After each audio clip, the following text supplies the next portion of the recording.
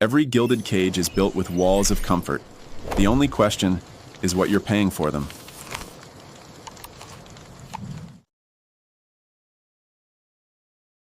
Welcome. In this explainer, we're going to do something a little different. We're going to take a powerful critical thinking tool and apply it to one of the biggest, most all-encompassing ideas out there. We're not here to prove or disprove anything, but to really kick the tires on a theory that claims to explain, well, everything. So, you've probably heard this idea before, right? The idea of a grand, unified theory of control. It suggests that there's a hidden hand that has been guiding the major events of human history for centuries. The core concept is that history isn't random. It's all part of a meticulously orchestrated plan. And very often, the story starts right here, with money. According to these narratives, the American Revolution wasn't really about tea and taxes. Nope. It was about who gets to control the currency. The theory goes that wars and revolutions are actually cooked up on purpose by private central bankers to get nations into debt and, therefore, under their control. A pattern, they say, that we see again and again throughout history. Okay, so let's dive into the nuts and bolts of this. First, we have to understand the so-called structure of this hidden power. How is this global control actually supposed to be organized? Well, at the very, very top of the pyramid, theorists often place a group called the Committee of 300. You can think of this as the ultimate command center, a secret council of the world's most powerful people, making the big decisions that shape our reality, all from the shadows. So how do they actually execute this control? The sources say is through a network of incredibly powerful banking dynasties. The claim is that these families and the institutions they helped create, like the Federal Reserve or the Bank for International Settlements, literally have the power to create money out of thin air, to saddle governments with debt, and to engineer boom and bust cycles to scoop up wealth and power. And if you look at history through this lens, key events get completely reframed as deliberate moves on a chessboard. The founding of the Illuminati, that secret meeting on Jekyll Island to map out the Fed, these aren't just historical footnotes. In this theory, they are critical, calculated steps in a game that's been going on for centuries, all to achieve total financial control. But, finance is only one piece of the puzzle. According to the theory, this whole architecture relies on a massive, interconnected web of secret societies and influential groups to get its agenda done across every part of society.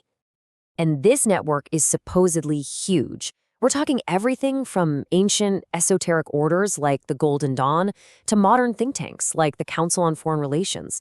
These groups are described as the nodes in the network, the places where the elite get together, where the real planning happens, and where everyone gets on the same page, all working from the same secret playbook. So here's the most important point. The theory presents this as a perfectly organized, completely leak-proof system. It's a pyramid of power, right? With a single, unbroken chain of command stretching back for centuries, all designed for one thing: perpetual secret control. But is it really that perfect? Now, let's totally shift our perspective. We're going to stop just outlining the theory and we're going to start stress testing it. It's time to go looking for the cracks in the foundation. And that's the billion-dollar question, isn't it? From this point on, we are officially a red team. Our one and only goal isn't to argue about every little point, but to find the single most critical failure point in this entire grand theory. Where does the whole thing fall apart? Red teaming is such a powerful tool. Instead of getting bogged down arguing about who was or wasn't on Jekyll Island, we're going to attack the central pillar that holds the whole structure up. Because if that one pillar falls, the rest of the theory just doesn't matter anymore.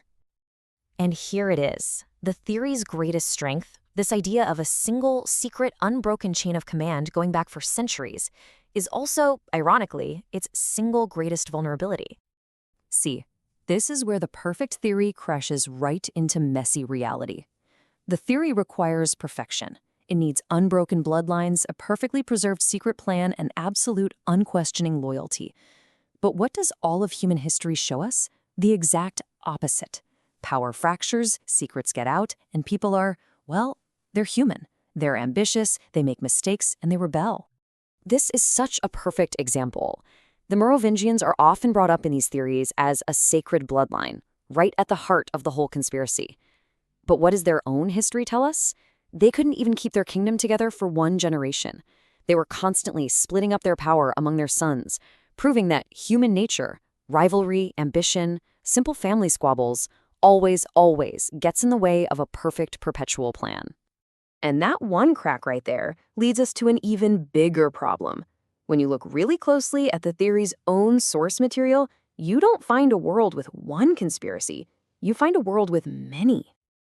The theory itself hands us a massive problem. It lists dozens and dozens of groups, but they all have these radically different and often totally conflicting beliefs. You've got Gnostics, the Lemites, Nazi occultists, Rosicrucians, Theosophists. These are not just different flavors of the same thing. They represent fundamentally opposing views of the world. So how on earth could they all be secretly working towards the exact same goal? Let's just take a few examples from the sources themselves, right?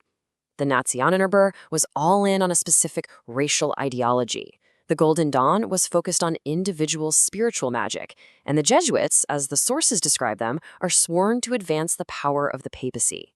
These agendas aren't just different, they are completely mutually exclusive. They can't all be true, and they definitely can't all be working together in some secret harmony. And we see this dynamic play out all the time in the real world. The sources even mention the conflict between ISIS and Al-Qaeda. Think about it. Both are jihadist groups, both have a similar broad goal, but they ended up in a brutal, violent turf war for supremacy. It's a perfect modern example of how powerful ideological groups inevitably fracture, compete, and fight for dominance. They don't just unite seamlessly for hundreds of years. So, our red team mission has led us to one single, inescapable conclusion about this theory's central weakness. We've found the pillar that, when you give it a push, brings the whole house of cards down. So here's the bottom line. The theory demands absolute perfection over centuries, but humanity, history, sociology, they're all defined by imperfection. Power fragments, people talk, kids rebel against their parents' beliefs. The plan fails, not because some hero stopped it, but because its fundamental premise, this idea of perfect, perpetual, secret human cooperation, defies everything we know about how people and organizations actually work over time. And so, this whole analysis forces us to ask a totally different question. Maybe the real story of our world isn't about one all-powerful, perfectly organized group pulling all the strings. Maybe it's something way more chaotic and, honestly, a lot more believable. Just a messy, centuries-long power struggle between many competing factions, each with their own agenda, each fighting for influence, and none of them ever actually achieving the total perfect control they're after. What do you think?